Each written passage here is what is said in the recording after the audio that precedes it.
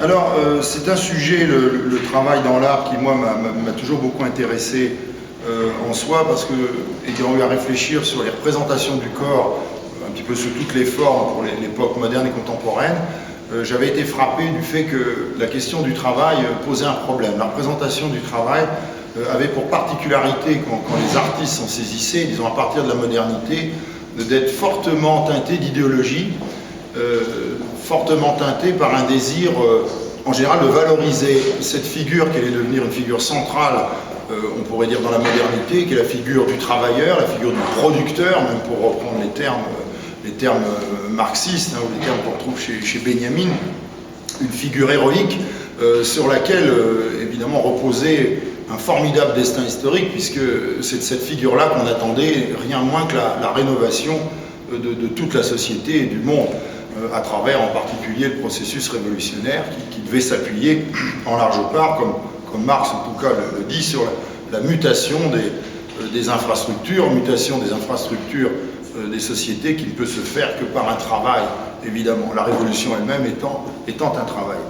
Alors, ça m'avait un petit peu interpellé, cette question-là, et je m'étais rendu compte que finalement le travail était bien souvent très mal représenté, puisque soit il était carrément et simplement oublié parce que tous les artistes qui s'inscrivaient dans des procédures formalistes, très nombreux au XXe siècle notamment, ou idéalistes, donc dans la lignée du romantisme, du symbolisme par exemple, ou même du surréalisme à certains égards, s'indifféraient totalement de la question du travail, de la représentation du travailleur, ou bien, à l'inverse, on avait affaire à des représentations vraiment très fortement teintées d'héroïsme. En 1900, dans lequel il fait du travail une composante morale. C'est-à-dire qu'il y a une dimension morale qui est ajoutée au travail, à savoir que le travail, c'est quelque chose qui nous grandit. C'est pas seulement quelque chose qui nous nourrit, qui nous fait vivre, qui nous fait affronter les difficultés de la vie matérielle, mais c'est beaucoup plus que ça. C'est une éthique de vie, surtout, évidemment, si on l'envisage à l'échelle d'une société. Morale de soi, morale personnelle, éthique de vie. Alors, vous savez que ça va nourrir l'esprit du capitalisme, inspiré du protestantisme, dont Max Weber avait parlé, le protestantisme étant hanté par la question du salut, comme vous le savez bien, avec une interrogation très profonde, puisque le croyant ne sait jamais, a priori, s'il est en quelque sorte damné ou s'il va être élu. Donc la réussite matérielle dans le travail est un signe implicite d'élection. Donc c'est dans ce sens-là que le Beruf, le travail, renvoie à la moralisation de la société quand il est envisagé comme une pratique collective et, disons, unanime. Voilà. Donc tout ça ne rend pas les choses faciles, d'autant que, et j'en aurais fini avec cette courte introduction conceptuelle, on voit comment le XXe siècle a complètement modifié, encore du point de vue cette fois de l'économie, de la pensée économique, la notion de travail, avec deux extrêmes. D'un côté, le keynésianisme, bon, les théories de Keynes, qui sont, pour la première fois émises en 1922, hein, donc quand Keynes, John Maynard Keynes écrit son premier ouvrage, sa fameuse théorie générale, hein, donc de l'emploi, de l'intérêt et de la monnaie, donc dans laquelle il parle évidemment du travail, avec une donnée particulière qui fait qu'au fond, on peut admettre à un niveau social, comme on va dire maintenant macroéconomique, à l'échelle de l'ensemble de la société, on peut admettre que certaines personnes n'aient pas de travail. Et à ce moment-là, ceux qui ont du travail vont payer pour celles qui n'ont pas de travail, de manière en quelque sorte, à réenclencher le mécanisme, à travers le travail de chacun, ceux qui, de nouveau, en sont dotés, donc de la production, donc de la consommation, donc du cercle vertueux, comme disait Keynes, opposé au cercle vicieux des crises. Et alors, à l'autre opposé, on a évidemment la représentation néolibérale du travail, qui, on pourrait dire, qu'est la représentation capitaliste dans ce qu'elle a de plus, on pourrait dire de plus violente, de plus indifférente à l'humain, à l'humanité. Bon, selon la logique capitaliste, le travail, au fond, qu'est-ce que c'est? C'est une action dont un employeur va décider pour les gens qui travaillent pour eux, c'est-à-dire il va dire il faudra faire ça en tant de temps et ce travail-là vous rapportera tant. Voilà, donc après, la négociation vient d'un rapport qui est généralement un rapport de force, hein, qu'on connaît bien dans l'histoire sociale. Le néolibéralisme dans les années 90, 80-90, parce qu'il était dans l'air bien avant les années 90, va lui systématiser cette vision, donc en en faisant du travail une donnée purement comptable. C'est-à-dire qu'il n'y a même plus la question du conflit, on pourrait dire, entre l'employeur et l'employé. La donnée est une donnée purement comptable, et à partir de là, évidemment, on évacue la question humaine et on va chercher les lieux où le travail est le moins cher pour l'employeur, hein, ce qui explique évidemment ce vaste courant de la mondialisation et des délocalisations du travail, notamment du travail coûteux, occidental par exemple, au profit du travail non coûteux des pays émergents, étant entendu que cette délocalisation n'aurait pas été possible si la mentalité attachée à une conception morale du travail avait perduré. Donc il fallait que cette modalité-là fût d'une certaine manière ébranlée, hein, pour que, au fond, on dise, bon, maintenant, on considérera le travail autrement. Alors tout ça, ça a l'air loin de l'art, mais pas tant que ça, parce que on se rend compte que les artistes aussi se posent la question, et on peut sans mal imaginer, ce qu'on voit d'ailleurs dans les œuvres, que bien des artistes ne font pas leur affaire de ces représentations mentales, on pourrait dire culturelles, conceptuelles du travail, et ils vont en donner des modulations, on pourrait dire, qui sont très, très changeantes. Alors, dans le cadre de cette soirée, ce sont certaines de ces modulations qu'on va évoquer, qu'on va vous présenter, absolument pas dans la perspective d'être exhaustif, hein, de dire voilà, on a fait à peu près le tour de la question. Non, ce sont juste des propositions comme ça. On avait fini, vous vous rappelez la dernière fois, puisqu'on a ici des fidèles et on est très sensibles à ça, moi je vous remercie infiniment de venir et de revenir. On avait terminé avec l'évocation d'un artiste turc qui s'appelle Ali Kazma. Donc Ali Kazma est un artiste dont le travail essentiellement se focalise sur la question de l'activité. L'activité, la formalisation de l'activité quelle qu'elle soit. Ça peut être l'activité d'un danseur, d'un peintre, on l'avait vu avec l'œuvre qui s'appelait Painter la dernière fois, et c'est aussi l'activité, en particulier ici, comme on le voit dans cette vidéo qui s'appelle Allez-y, l'activité industrielle, le travail tel qu'il est accompli ici dans une entreprise italienne, spécialiste de conception de vaisselle, en évitant évidemment les mécanismes d'esthétisation, hein, qui sont toujours patents, hein, notamment quand on filme le travail d'usine. Bon, ceux d'entre vous qui connaissent l'univers des usines savent à quel point c'est fascinant, enfin en tout cas quand on n'y travaille pas. Quand on y travaille, en général, c'est bien moins fascinant, mais quand on n'y travaille pas, on est toujours frappé par évidemment le côté presque merveilleux de cet automatisme en particulier, de ce rapport de l'homme à l'automatisme, hein, tel qu'on peut le voir ici, cette espèce d'union entre le travail de la main et le travail de la machine. Il a filmé tout simplement quelqu'un qui pose des tampons, un bureaucrate, un fonctionnaire comme ça, dans une administration. Hein, ça s'appelle clerc, comme on dit, un clerc de notaire, une vidéo plus récente, en 2011, où l'on voit que finalement dans les deux cas, il y a un investissement dans le travail. Hein, on voit ce concept très intéressant chez Kazma, qui pour moi est essentiel dans la notion de travail, c'est le concept de mobilisation. C'est une chose je crois qu'on doit mettre peut-être avant toute autre chose, avant peut-être d'être un effort, avant d'être une intention en vue d'une destination matérielle. Le travail, c'est une mobilisation. On voit chez Clerc aussi le même type de mobilisation, sauf que, évidemment, il y a des travaux qui sont plus ou moins intéressants. Moi, le travail m'a toujours intéressé, d'une certaine manière, le travail m'a sauvé. J'étais quelqu'un de très désordonné quand j'étais jeune, j'ai une jeunesse oisive et brutale, à la fois, et je détestais le travail. Et il se trouve qu'il m'est arrivé quelque chose d'assez curieux, c'est qu'un beau jour, âgé d'une vingtaine d'années, j'ai rencontré le travail, il m'est tombé dessus en un seul jour, comme ça. Un petit peu comme Paul Claudel, vous voyez, rencontrer Dieu au 5e pilier de Notre-Dame de Paris. Bon, alors évidemment, c'est plus glorieux pour Paul Claudel que pour moi, mais enfin bon, comparons qui est comparable. Hein, voilà. Ça veut dire qu'un beau jour, j'ai eu envie de travailler comme ça. J'ai remarqué que toute ma vie en a été transfigurée. Et depuis ce jour-là, finalement, j'ai vécu dans une sorte de stabilité, de bonheur, comme ça, lié au travail. Et je suis devenu un work addict. C'est-à-dire que moi, si vous m'enlevez le travail, je meurs. Je ne sais plus quoi faire.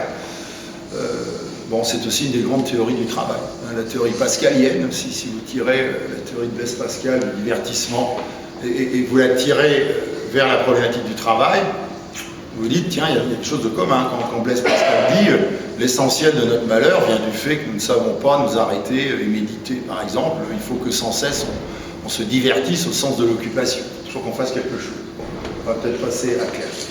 Donc ça c'est le premier point. J'ai dû m'interroger moi-même sur les vertus thérapeutiques du travail. Comme Dieu, pour Claudel, avait eu des vertus thérapeutiques, hein, au sens tout d'un coup, il éclairait sa conscience et tout ce qu'il avait en lui on pourrait dire de sentiments improbables, comme dit Sartre, de la vie, s'estomper. Bon. Puis la deuxième chose qui m'a toujours poussé à m'intéresser au travail, c'est une espèce de légèreté, un peu honteuse, que je vais vous avouer. Il faut toujours dire d'où l'on parle. J'ai fait beaucoup d'erreurs dans mon existence, et en particulier, à une époque, j'ai eu une fascination pour la Révolution, comme beaucoup de gens de ma génération, ce qui m'a amené à intégrer des partis politiques assez peu recommandables, qui vantaient les figures de gens comme Staline, par exemple, même comme Mao Tse-tung, quand on voit ce que Mao Tse-tung a fait en Chine avec la révolution culturelle et autres. Bon, passons. Les sans-fleurs et toutes ces horreurs, on se dit que c'est assez difficile d'admettre, d'avoir soutenu ça. D'autant que j'étais historien à l'époque, je faisais des études d'histoire et je ne croyais pas un mot de tout ça, mais je militais quand même pour ça. Mais c'est pas ça dont je voudrais vous parler. Je veux vous parler d'autre chose, c'est que je militais pour une idéologie qui mettait en avant la valeur superlative et transcendante du travail comme une vertu curative pour soigner le monde, hein, le héros soviétique notamment, l'ouvrier et la kolkhozienne, vous vous rappelez, la grande sculpture de 1937. Et moi-même, j'étais feignant. Vous voyez, à cette époque-là, je ne me levais pas, je me levais à 3 h de l'après-midi, je fumais du shit toute la journée, je prenais du LSD, enfin vous voyez, c'était curieux, j'étais bourré à peu près à longueur de temps, enfin, et curieusement, je militais pour un ordre finalement auquel je ne croyais pas, mais dont implicitement j'avais le sentiment que c'est le travail qui sauverait cet ordre-là et dont le monde par extension, sans moi-même travailler. Alors vous voyez, je ne devrais pas vous dire ça, mais voilà, en tant que locuteur, voilà. Je ne sais pas ce que pense de son travail ce clerc, hein, cet employé, mais moi je me disais finalement, je travaille, je suis sauvé, et quand je ne travaille pas, je veux sauver les autres par le travail. Bon, donc je suis resté dans une grande interrogation comme ça, voilà, qui explique pourquoi ce soir je parle du travail. Le film que nous vous proposons de voir, d'Adrian Mélis, est intéressant parce que c'est le film d'un Cubain, c'est-à-dire quelqu'un qui a grandi dans un univers où finalement on ne supporte pas l'oisiveté. L'univers du communisme, notamment d'État, ne supporte pas que finalement on ne travaille pas. L'absence de travail, volontaire en tout cas, est assimilée au parasitisme.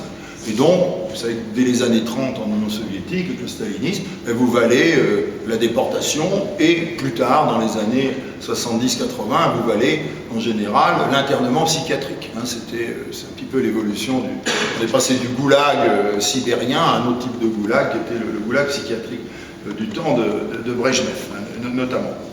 Alors, oui, alors, il nous montre un film, pour lui, a filmé une usine vide, désaffectés, abandonnés, mais en allant rechercher les ouvriers qui y ont travaillé et en leur demandant de mimer les bruits que font les machines. C'est-à-dire ces gens ont tellement vécu au milieu des machines que finalement ils connaissent absolument par cœur le bruit des machines, hein, le fonctionnement des machines. Et donc ils miment les bruits. Et on a une superposition du bruit donc, que font ces ouvriers mimant les machines et des vues évidemment de l'usine avec l'impression que la vie est restituée ici par ce livre. Alors, cette vidéo nous a amené à nous intéresser au travail d'une jeune artiste strasbourgeoise qui est Camille Roux, qui est peut-être présente parmi nous ce soir. Oui, elle est là. Elle est là. Bon, alors Camille justement a réalisé un film qui est sa première vidéo, donc 2010, hein, je crois. Ne vous inquiétez pas. Et il s'agit pour elle va vous expliquer, de filmer le dernier jour de travail dans une entreprise qui va fermer. Hein, qui est en l'occurrence une entreprise de fabrique de tabac, donc avec évidemment un moment très particulier. C'est le moment où les ouvriers, pour la dernière fois, les ouvriers, les employés de cette usine, font des gestes en sachant que au moment où finalement sonnera la cloche, ou au moment où l'heure de la fermeture adviendra, tout ceci disparaîtra, tout ceci sera terminé. Alors si Camille peut-être veut venir présenter son travail, voilà, je vais donner au revoir. Tenez, asseyez-vous, Camille.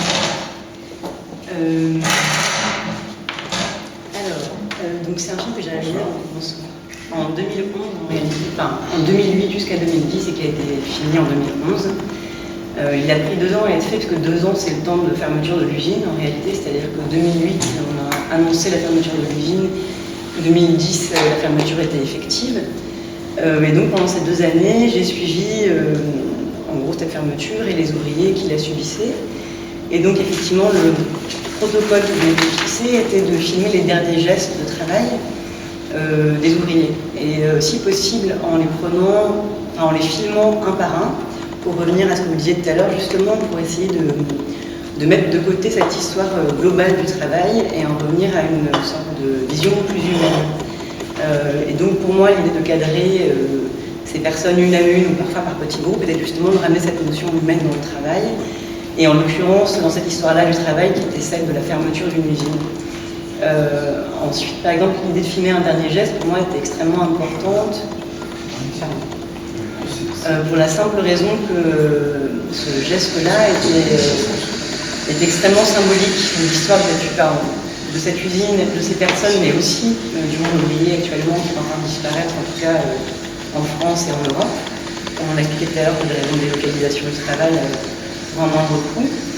Et donc ce dernier geste, pour moi, il pouvait rassembler aussi bien le passé de ces personnes qui ont, pour certains en tout cas, travaillé presque 30 ans de cette usine, comme le futur aussi de ce lieu, par exemple, qui est en fait une usine qui est juste à côté de chez moi, à Strasbourg, qui est vide actuellement, et donc on ne sait pas ce qu'elle va devenir ensuite. Et donc ce dernier geste, pour moi, pouvait rassembler aussi bien ce passé que ce futur. Et en même temps, c'est un moment qui m'intéressait parce que c'est un moment de transition entre ce passé et ce futur, et c'est surtout un moment où on ne peut plus rien faire, c'est-à-dire que l'histoire est déjà en marche, on ne peut plus venir aider ces gens, on ne peut plus venir changer l'histoire qui s'est déjà écrite, tout est fait, et moi mon travail en tant qu'artiste était simplement d'être passeuse vis-à-vis du public et de dire voilà, cette histoire-là a été, elle s'est déroulée confidentiellement, parce qu'elle n'a pas du tout été relatée par les médias, en tout cas pour cette usine-là, et c'était simplement de permettre à un moment à ces ouvriers d'avoir un temps de visibilité pour eux, mais aussi, encore une fois, pour évoquer une histoire un peu plus large, qui est celle de l'industrie en France. Alors comment est-ce qu'ils ont réagi à votre présence? C'était, bon, ils semblent avoir apprécié de toute façon, puisqu'on ne leur donnait pas vraiment de visibilité sociale, mais bon, cette curieuse journée, cette curieuse dernière journée, comment est-ce qu'ils vous ont regardé? Parfois peut-être avec un peu d'énervement, de dire finalement, on est une sorte de curiosité, l'ouvrier c'est un peu... Vous savez, bientôt on ira dans les usines occidentales qui sont des musées ou des zoos. On ira voir de faux ouvriers qui travaillent en disant voilà comment on travaillait autrefois. D'ailleurs ça a commencé, c'est déjà. Mais déjà en général, les petites usines sont des musées maintenant. Ouais, c'est ça. Il y a une sorte de transition entre le milieu ouvrier et le milieu de l'art qui se fait assez rapidement. En fait, ils m'ont très bien accueilli, assez simplement parce qu'ils m'ont expliqué que je n'étais pas journaliste, donc c'était un bon point. Et puis en fait ils ont tout de suite compris le projet parce que comme vous pouvez voir dans le film, en fait je leur ai pas vraiment donné la parole et je m'attendais à ce que ce soit un peu conflictuel, en fait pas du tout. Ils ont très bien compris que, parce que le film est donc constitué de moments comme cela, on voit des gens au travail, il y a très peu de paroles. Et en fait justement eux ont trouvé que dans cette façon de les montrer, il y avait une forme de respect de ce qu'ils faisaient et de ce qu'ils étaient, et que justement je ne cherchais pas à leur soutirer une parole, et au contraire c'était très bien vécu de leur part. Alors après, il ne faut pas nier que, quand je dis que ça a pris 2 ans, c'est que ça a pris 2 ans de beaucoup de café, beaucoup de cigarettes fumées avec eux aussi, beaucoup d'échanges. De quoi avancer la production, pourtant. On ne peut pas dire. Et donc voilà, c'était aussi un lien qui s'est créé, qui était très clairement un lien de 2 ans justement. Voilà, il y en a quelques-uns dont j'ai encore des nouvelles, mais on ne va pas se mentir, hein, c'était lié au travail, en tout cas mon travail en l'occurrence cette vidéo. Mais non, c'était très bien accueilli et d'ailleurs ils ont vu le film pour certains et les retours ont été assez positifs. Parfois même plus que dans le milieu de l'art.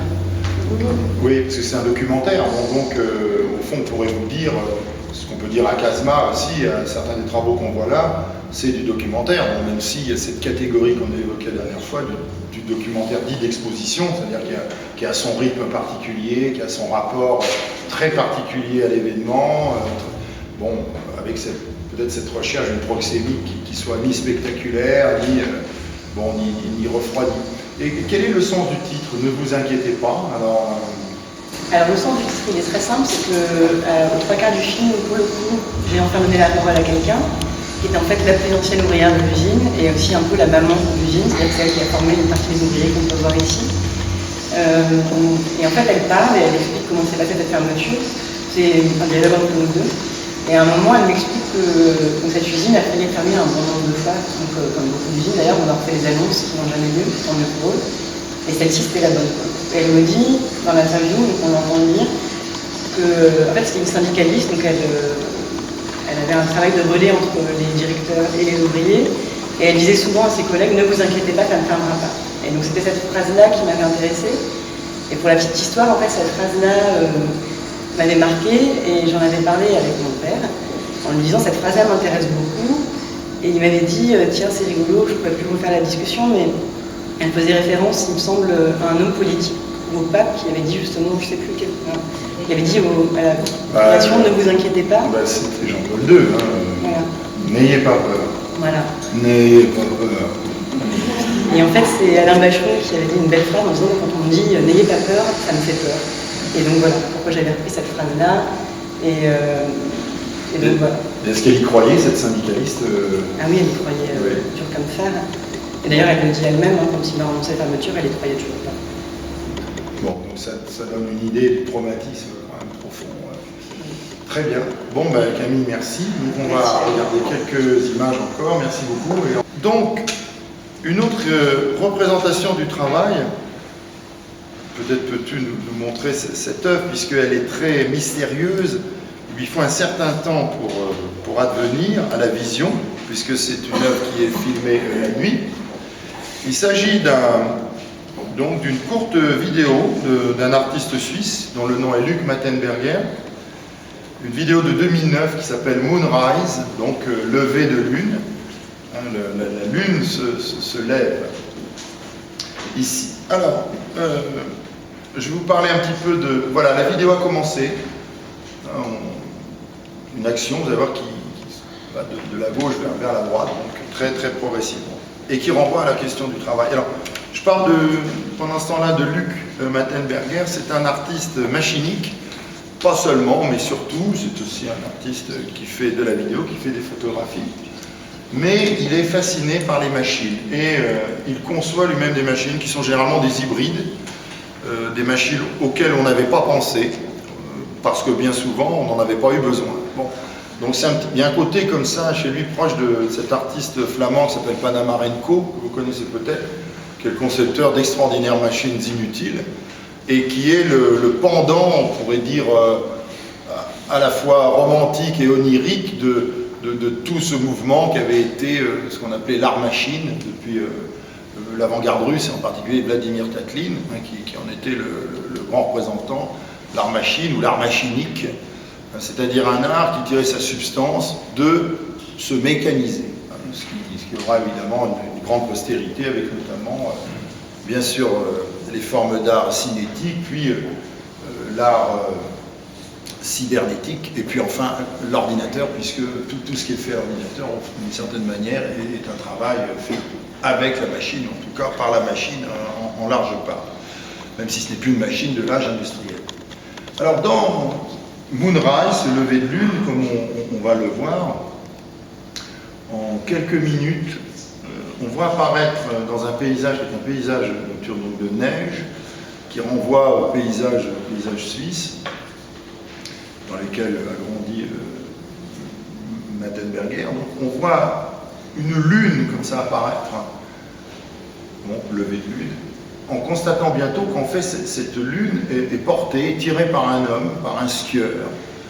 Vous avez un skieur devant qui, au prix d'un effort évidemment important, tracte sur un traîneau très lourd, donc une cette espèce de lune dont on constate bientôt qu'il s'agit tout simplement d'une lumière, d'une sphère lumineuse. Vous voyez sans doute ce que sont ces sphères très impressionnantes en termes de capacité d'éclairage. Ce sont celles qu'utilisent notamment les pompiers ou les urgentistes sur les zones d'accident. Ce sont des boules lumineuses comme ça que l'on monte au-dessus d'un mât et qui créent un éclairage très, très homogène, qui fait penser un peu d'ailleurs à l'éclairage du néon, mais en plus puissant. Voilà, là on distingue beaucoup mieux l'œuvre et le travail justement de Mattenberger lui-même ici qui tire cette lune avec bien sûr une évocation, je crois, si on parle des grandes références mythologiques du travail, l'évocation de Sisyphe, c'est-à-dire de cet individu condamné par les dieux à devoir sans cesse rouler un rocher, donc le long d'une colline, jusqu'au moment où épuisé, ce rocher retombe et il redescend, il va le chercher, et ainsi est-il condamné à un geste absurde, qui inspirera d'ailleurs Albert Camus dans ce très très grand texte que vous connaissez, donc le mythe de Sisyphe, grand mais pas en tout d'ailleurs, c'est contestable d'ailleurs à certains points de vue, ça peut se discuter. Donc cette espèce d'absurdité, en quelque sorte du geste répété en vain, puisqu'on n'en retire aucun bénéfice ici, il n'y a pas de rétribution. Quand le travail est sans rétribution, évidemment, il devient une absurdité, il devient l'invitation peut-être à ne plus travailler, à suivre les injonctions de certains 68 arts qui disaient, ceux spécialistes, ne travaillez jamais, puisque tout travail est perçu comme une aliénation. Alors derrière cette vidéo de Mattenberger, évidemment, on peut convoquer un très grand nombre de références, et notamment la question de l'aliénation du travail, l'aliénation à la machine aussi, l'aliénation au milieu, c'est-à-dire une sorte de territoire au fond qu'il faut conquérir, et le travail, au fond, ça sert bien à ça.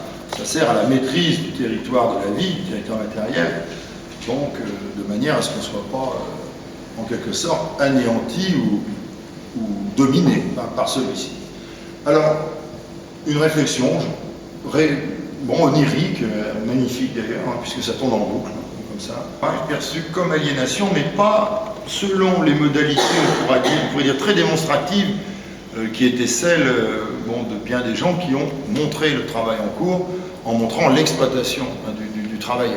C'est en particulier toute la peinture sociale du XIXe siècle, qui de ce point de vue-là a vraiment abondé dans ce sens. Spectacle de Judith de Paul, qui ne travaille pas, ne mange pas, donc qui vous est présenté ici. Alors, c'est extrêmement intéressant. Judith de Paul c'est une chercheuse, c'est une spécialiste du monde slave, et donc elle a énormément travaillé sur le système stalinien, et notamment sur la question du travail dans l'univers communiste.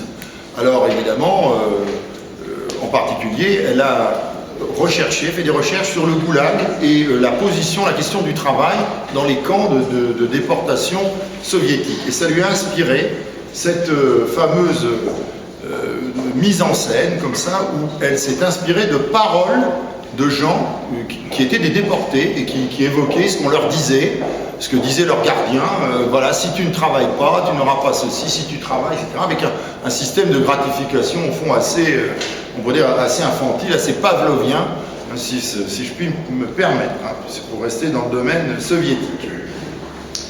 Alors, on aura aussi une vidéo très intéressante d'un artiste lituanien, qui est Dementas Narkevičius, qui nous est... Donc la vidéo nous a été prêtée par Solène Guillet, donc de GB Agency, donc on remercie pour l'occasion.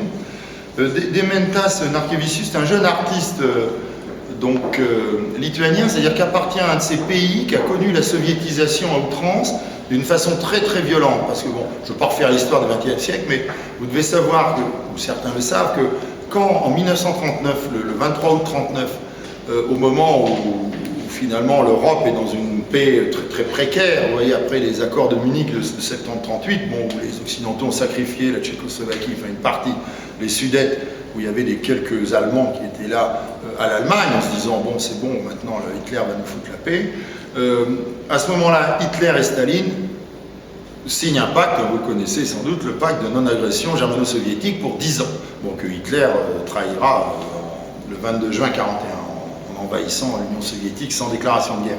Mais dans ce pacte, il y avait des clauses secrètes, et en particulier, Hitler laissait à Staline, il laissait aux Russes justement les anciens territoires baltes, qui avaient été des territoires colonisés par les Allemands, à l'époque notamment du Moyen-Âge, les chevaliers teutoniques.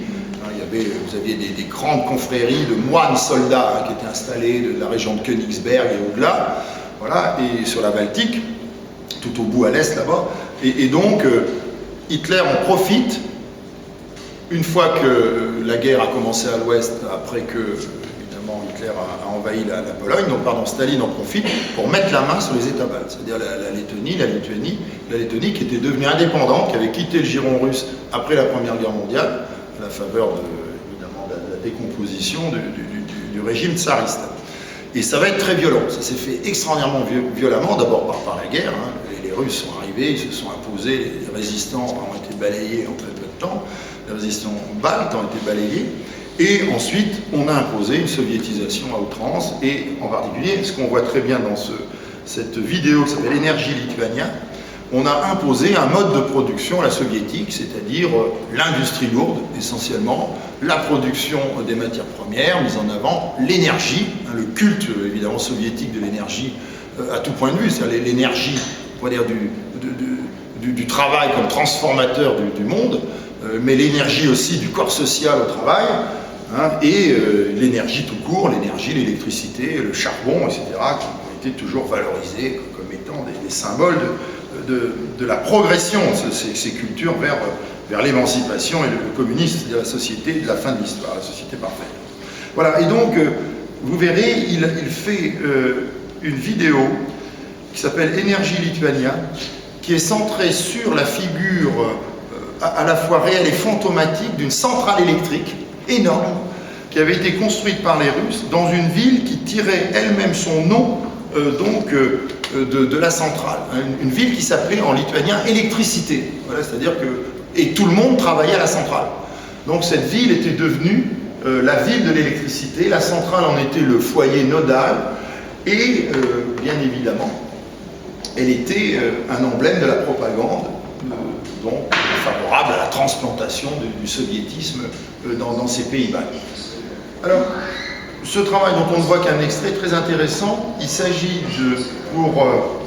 comme toujours chez Dementas Narkevicius, de faire des allers-retours entre son présent à lui, c'est-à-dire la Lituanie redevenue indépendante après la décomposition de l'Union soviétique le 25 décembre 1991, quand l'URSS disparaît, donc voilà, donc les pays baltes vont reprendre leur indépendance. Donc il revient sur ce passé en appartenant à une autre époque, qui est celle de cette jeunesse qui finalement se trouve en face de verrues, vous voyez, de verrues venant rappeler la présence d'une occupation insupportable. Bon, chez les peuples qui avaient gardé une tradition, les Lituaniens, une grande tradition, une tradition plus occidentale hein, que russe. Hein.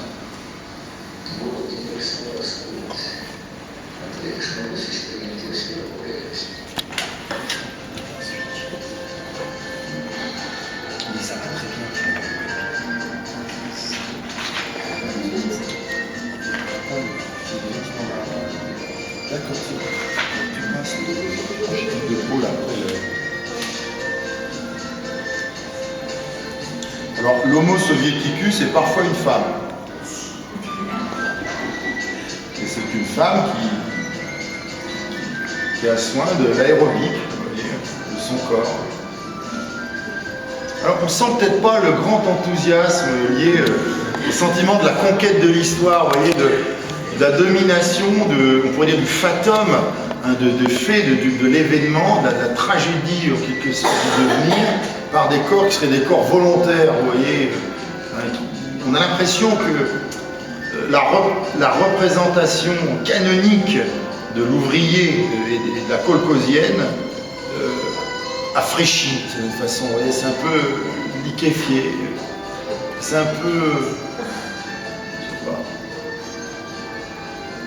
Si j'avais pas peur de me faire tuer, je dirais, mais j'ai peur. C'est un peu féminisé. Parce que vous savez que la caractéristique des femmes soviétiques dans l'iconographie, c'est d'être des hommes. Elles sont très fortes, très musclées.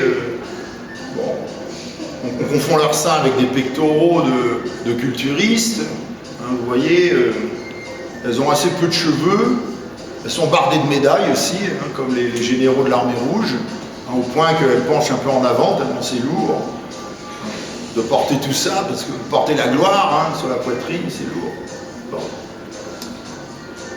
Bien, on pourrait ironiser, mais je crois qu'il ne faut pas ironiser, c'est plutôt des images d'une tragédie auxquelles on a affaire ici. Alors cette tragédie, Djamma, s'il te plaît, on peut en voir un exemple. Justement, on a la vidéo donc, de l'extrait de spectacle de Judith de Paul. Et donc vous allez voir, bon, on ne comprend pas toujours très bien parce que c'est un spectacle qui est filmé, plusieurs comédiens parlent ensemble, mais les mots qui sont, les phrases qui sont dites ici ne sont pas inventées, ce sont vraiment des formules voilà, qui ont été collectées par cette chercheuse et créatrice dans le domaine du théâtre, puisqu'elle a créé une compagnie de théâtre au début des années 2000, en région parisienne, pour justement jouer des pièces qui sont des pièces à la jointure on pourrait dire, du documentaire historique et d'une mise en scène très contemporaine. Alors bien sûr, en regardant, j'avais été frappé, comme vous tous je pense, en regardant le document je vais me taire un peu, mais de Judith de Paul, qui ne travaille pas, ne mange pas, j'étais frappé par cette formule, évidemment, que vous avez tous en tête, à Auschwitz, à l'entrée du camp de concentration nazi en Pologne, cette fameuse phrase en fer forgé, écrite en fer forgé, Arbeit macht frei, le travail c'est la liberté, donc par laquelle on accueillait en quelque sorte des gens, pour certains qu'on allait faire travailler jusqu'à la mort en les exploitant sans vergogne, et pour d'autres qu'on allait liquider immédiatement. Voilà.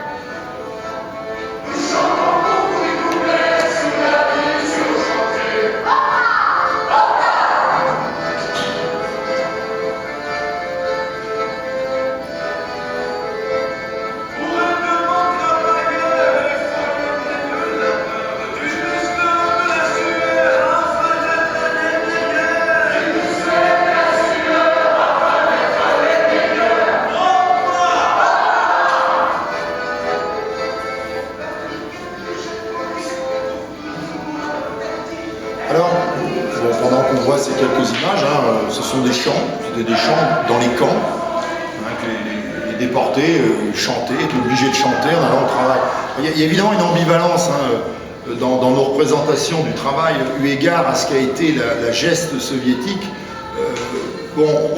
Moi je suis gêné d'en parler comme ça, parce que, vous savez, d'un côté, il y a quelqu'un comme Nietzsche qui dit qu'est-ce que c'est que le salariat? C'est la meilleure manière de tenir les gens, c'est la meilleure police. C'est ce que disait Nietzsche. Il dit, si vous voulez tenir les gens, eh bien vous les salariez. Comme ça, ils vont vous manger dans la main, ils vont vous obéir. Mais d'un autre côté, c'est vrai, c'est vrai que le travail, la production, en vue d'un objectif, c'est quelque chose qui peut être lié à l'aliénation, on est d'accord, et qui l'est incontestablement. Mais il y a aussi tout l'arrière-plan de ce qu'a été l'Union soviétique. Un formidable espoir malgré tout, même s'il a été trahi, une énergie extraordinaire aussi, fascinante, et puis dans le plan on pourrait dire des représentations de l'homme, et de l'homme au travail une iconographie résolument moderne.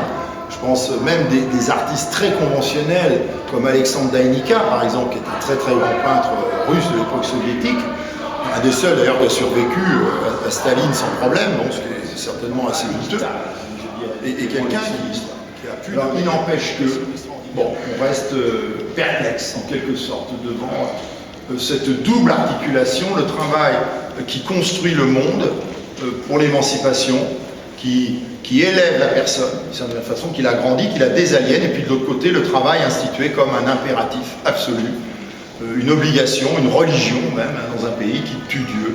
Parce que vous savez qu'en URSS, l'athéisme était proclamé comme étant, entre guillemets, la religion officielle. Voilà, alors on va maintenant aborder trois autres propositions qui sont... Alors on va commencer avec Mario Rizzi, donc une vidéo très très intéressante que j'ai découverte pour ma part à la Biennale d'Istanbul en 2005, qui s'appelle Murat contre Ismaël, enfin Murat versus Ismaël 2005, et qui, en ce qui concerne la représentation du travail, personnellement m'avait beaucoup intéressé parce que le travail, cette fois, était abordé d'une manière à la fois frontale et tangente. Frontale et tangente, qu'est-ce que ça veut dire? Vous avez ici un film d'1 heure environ, 56-57 minutes, dont on ne sait pas exactement ce que c'est. Est-ce que c'est un documentaire? Est-ce que c'est un docu-fiction? Bon, on ne sait pas. Il est tourné à Istanbul, dans la boutique d'un cordonnier, donc Murat, et de son fils Ismaïl, qui travaillent ensemble. Mais évidemment, 2 générations. Et ce travail qu'ils réalisent tous deux, qui les occupe beaucoup, donc ce travail est l'occasion, pendant que ils fabriquent des chaussures d'une manière très artisanale, de discussion sur la vie en général, sur la famille, sur ce qu'on doit faire, sur le pays, et aussi sur le travail lui-même. Et alors on a ici, j'ai employé un gros mot, hein, une formule qui est un gros mot qu'on ne peut plus employer tellement ça a été employé, il y a ce qu'on appelle une mise en abîme. Il ne faut plus parler de ça tellement on en a vu des mises en abîme. Qui n'a pas fait de mise en abîme? Bon, voilà. Enfin, en tout cas là il y en a une, c'est une véritable mise en abîme, où le travail comme, on pourrait dire, réalité matérielle, des gestes, en vue de la production d'objets spécifiques, en vue d'une rémunération qui va, en quelque sorte, vous permettre de surmonter les aléas et les difficultés de la vie matérielle. Donc ce travail appréhendé en réalité, dans sa réalité, dans sa substance, est aussi l'occasion d'évoquer le travail comme une forme de vie. Est-ce que le travail est une forme de vie? Alors pour le père, oui, le travail, au fond, il faut l'accepter. C'est ce que dit cette vidéo. Le travail doit être accepté, comme au fond on doit accepter sa condition humaine. Et pour le fils, au contraire, le travail c'est autre chose, c'est une aliénation, surtout ce travail-là, ça ne rapporte rien, c'est idiot, on fait toujours la même chose, on vit enfermé dans un atelier, ça n'a aucun sens, etc. Et donc on voit à la fois un conflit générationnel, mais derrière le conflit générationnel, à travers l'entremise justement du concept du travail, tel qu'il est pensé ici par 2 personnes qui n'ont pas du tout le même point de vue, on voit se dessiner une société traditionnelle et une société nouvelle qui est celle de la Turquie contemporaine, qui est une société extrêmement intéressante pour ceux qui la connaissent bien, qui me fait dire d'ailleurs qu'il ne faut pas mettre un mur entre cette société et l'Europe. Comme je crois que c'est Arnaud Karsfeld récemment qui a dit qu'il faudrait construire un mur entre la Grèce et la Turquie, je crois. La Turquie. Bon, je crois qu'au contraire, il faudrait que les Turcs intègrent le plus vite possible l'Union européenne. Ce serait pour nous l'occasion de profiter ici de la force, de la puissance, de la ténacité, du courage d'un peuple vraiment qui suscite essentiellement l'admiration et qui, faute qu'on l'intègre dans l'Union européenne, a commencé maintenant à se détourner, à regarder bien sûr vers l'Asie, hein, qui lui taille de très larges coups de pied. Voilà, donc vous avez ces discussions, c'est très fort. Alors, un mot quand même sur la manière dont ça a été fait, parce qu'on ne sait pas si c'est vrai, s'il demande à ces 2 personnages de jouer un rôle, parce que ça va loin, hein. Parfois ils se chamaillent plus que ça, quoi. Le père et le fils s'engueulent, quoi, littéralement. Hein. Le fils quitte l'atelier en disant oh, ça suffit, il va en ville, il va fumer une cigarette, il va boire un coup, après il revient, il ne dit rien. Enfin, tout ça est très dur, cette promiscuité est difficile. Alors Mario Rizzi m'expliquait que donc, il a passé plusieurs semaines à Istanbul. Il filmait toute la journée, quasiment, et il dérushait le soir à l'hôtel. Donc il regardait tout ce qu'il avait, et jour après jour, il décidait de garder certaines choses. Et ce qui est intéressant, c'est que cette omniprésence du vidéaste, ici, finit par le rendre invisible. C'est-à-dire qu'il est tellement là qu'on finit par ne plus y faire attention. Voilà, c'est la raison pour laquelle je demandais à Camille tout à l'heure, qui filmait ses ouvriers dans cette usine de tabac, comment ils avaient perçu sa présence, puisque parfois ça peut être évidemment perçu comme une présence étrangère, malvenue. Alors, autre proposition dans le chaos de cette présentation, ici une toute autre proposition, un tout autre rapport au travail, qui est lié ici à une donnée qui serait la donnée de la récompense, mais pas une récompense qui prend la forme d'une rétribution matérielle. Par exemple, vous travaillez bien, vous obtenez de l'argent, des avantages économiques ou sociaux, mais on pourrait dire une rétribution humaine ici.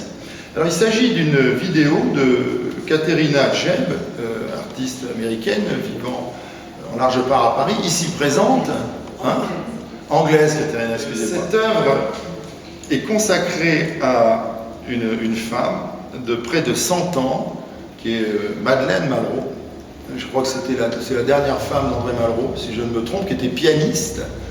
Donc, et que Katerina, vous êtes allé filmer chez elle, justement, en train d'utiliser son piano. Alors, la vidéo s'appelle Silence, Genius at Work, donc silence, génie au travail. Alors, quand je parlais de rétribution ici, c'est ça que je voulais dire, au fond. Le travail, dans ce cas-là, renvoie très précisément à cette notion de poiesis qu'on trouve chez Aristote, c'est-à-dire non pas un travail qui est le ponos, qui est la peine, le labeur, mais un travail qui est une poiesis, et même peut-être, pour reprendre le terme de praxis, qui est une sorte de praxis, de dynamique, comme ça, qui fait que la vie, au fond, peut se mettre en place, peut se maîtriser à travers justement la très grande maîtrise d'une activité de travail, une activité manuelle, sachant que faire du piano de façon virtuose, c'est évidemment un travail avant d'être toute autre chose. C'est ce que nous rappelle, d'ailleurs, vous avez vu Laure Manodou qui pleurait hier, notre petite nageuse, parce qu'elle est, non mais c'est important, redevenue championne de France dans sa discipline de nage, et finalement étant heureuse, mais finalement disant, ben voilà, ça fait 3 ans que je m'entraîne. Donc et voilà, ça y est, au bout de 3 ans, j'ai retrouvé à peu près mon niveau et je vais aller aux Jeux Olympiques. Bon, le travail derrière la génialité peut-être, qui n'a rien de romantique, contrairement à ce que disait Hegel. Alors, Katharina, quelques images et puis vous viendrez nous parler.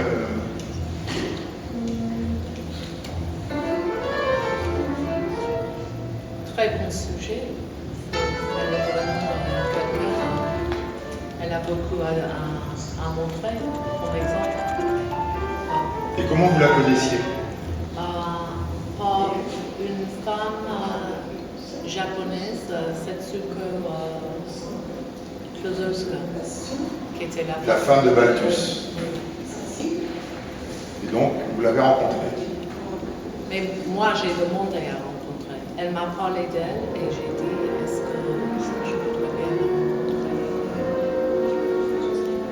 rencontrer? Alors, le titre, c'est ça, c'est ce qui nous intéresse, génie au travail. Alors, finalement, est-ce que c'est une disposition qui serait uniquement un don, ou est-ce que c'est surtout du travail, ou les deux? C'est vocation. En anglais, on a ce mot vocation. Elle a vraiment cette vocation. C'est pas le travail, c'est plus que ça. Est-ce que c'est au sens de la vocation dont parle, par exemple, les économistes anglais libéraux, quand ils parlent du don, la capacité qu'on a de faire les choses, et il faut faire ce pourquoi on est fait. Non? Non, excusez-moi, bon, c'est peut-être un peu compliqué.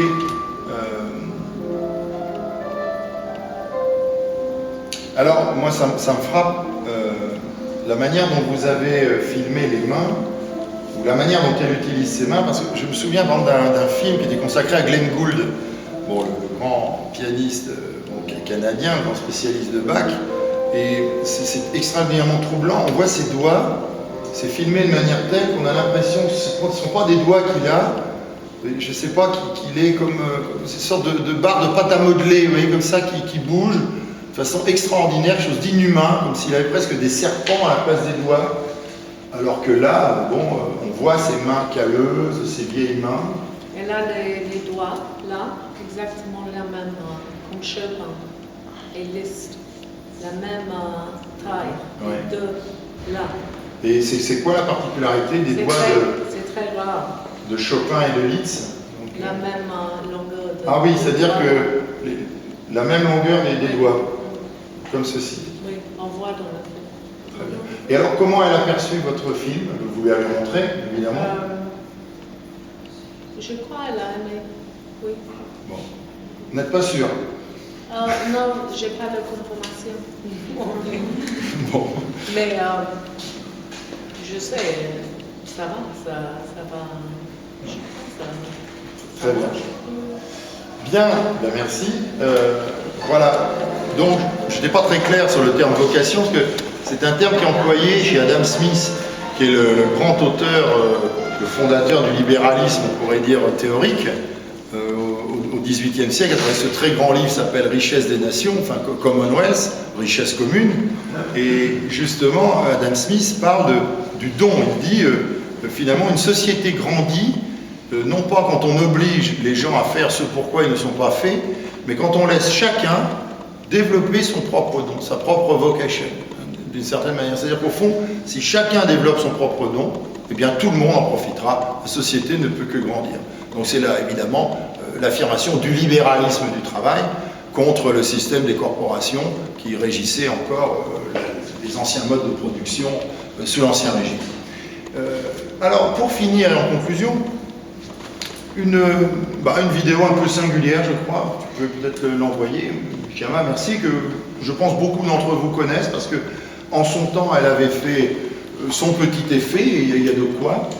Et il s'agit du travail d'un vidéaste hollandais, Helmut Mick, intitulé Middlemen, donc les gens du milieu, sans qu'on sache exactement de quel milieu il s'agit. C'est une vidéo qui a une dizaine d'années, un petit peu plus, qui avait été montrée d'ailleurs de façon significative dans l'exposition que le philosophe chrétien et apocalyptique, ou apocalyptiste Paul Virilio avait donc dirigé, donc il avait été le commissaire à la Fondation Cartier en 2003-2004, qui s'appelait Ce qui arrive, je crois, consacré à l'événement et notamment à l'événement catastrophique. Parce que Paul Virilio a une culture qui le pousse vers ce qu'on appelle l'eschatologie, c'est-à-dire la fin du monde, des sortes d'apocalypse comme ça. Bon, c'est quelqu'un qui carbure à la catastrophe. Bon, voilà, c'est pas mal. Donc, avec l'intention de faire créer un musée de la catastrophe. Bon, c'est intéressant d'ailleurs, la catastrophe signalant toujours les limites d'un système ou les limites d'une configuration, mais n'empêchant pas ce système ni cette configuration générale d'exister. C'est ce qui est intéressant aussi. Ce qui fait que la catastrophe est toujours en deçà du système lui-même. Enfin, moi, c'est mon point de vue personnel. Alors, que voit-on? Vous le voyez comme moi, c'est un film muet qui dure assez peu de temps, à peine 10 minutes. Il semble que nous soyons dans une salle de cotation boursière. On voit des billets partout, des billets à ordre, enfin ce qu'on peut imaginer comme étant des billets à ordre, qui ont été jetés, comme toujours au moment des cotations boursières. Donc, et des gens dans un état de profonde stupeur, d'ébahissement, de sidération, d'abattement pour certains d'entre eux, passant des coups de téléphone, prenant des notes, ne comprenant pas ce qui se passe, s'en allant, etc. Bon. Donc on aurait comme une mise en scène de la catastrophe. Mais ce qui est troublant dans on le voit très bien ici, dans cette bande, c'est qu'un regard attentif permet immédiatement, enfin en très peu de minutes, de constater une mise en scène particulière d'autres catastrophes dans la catastrophe, ou des anomalies dans l'anomalie, qui finissent par nier l'anomalie elle-même, puisqu'on s'intéresse plus à ce monsieur qui a des tics, par exemple nerveux, on se demande qui sont ces deux personnages qui ont chacun la même veste. Est-ce que ce ne sont pas des jumeaux? Voilà. Donc, il y a une sorte de stratégie de l'intrigue ici, donc, qui est mise en avant et qui finit par dénier, vous voyez, tout potentiel de représentation à la scène à proprement parler de la catastrophe ici, de ce que serait une catastrophe du monde du travail, une catastrophe économique, en l'occurrence, la crise boursière étant par excellence la catastrophe des sociétés, catastrophe économique des sociétés post-industrielles, bien sûr. Alors, pourquoi cette vidéo? Quand, il y a quelques années, Barbara Paul avait demandé de faire une exposition à Genève sur les représentations contemporaines du travail, avec elle, qui en prenait en charge une partie. Pourquoi cette vidéo m'avait-elle intéressé? Justement, pour la manière, peut-être la remettre comme ça, c'est un extrait. Donc, finalement, le monde du travail ici servait de prétexte. Et c'est quelque chose qui est intéressant parce qu'on voit comment les artistes ici, l'artiste semblait anticiper ce qui allait devenir quelque chose de très courant dans la culture contemporaine, notamment des médias de loisirs. C'est la mise en avant du monde du travail aujourd'hui dans les séries, dans les films américains notamment, où le monde du travail est devenu le cadre principal aujourd'hui de la théâtralisation du monde contemporain. Bon, je pense évidemment, je me souviens à une époque, je regardais ça, Ali McBeal par exemple, ça se passait dans les années 2000, ça se passait dans un cabinet d'avocats. Récemment, Les Hommes qui tombent, bon, c'est dans un grand cabinet de création de design. Donc, le monde du travail tel qu'il est à partir du moment où les sociétés deviennent fondamentalement ou massivement des sociétés tertiaires, c'est-à-dire où l'importance c'est la création de services, c'est plus la création d'objets, à proprement parler, c'est la conception. Voilà, et donc d'une certaine manière, il me semblait que Mick ici anticipait, peut-être sans le savoir, ce qui allait être le nouveau chronotope, comme disait Bakhtin, de la représentation du monde contemporain, c'est-à-dire l'espace-temps de l'univers du travail, à savoir le monde du bureau, hein, le monde tertiaire en quelque sorte, des officines, où se dessine justement le visage de la production contemporaine. Voilà, je vous remercie.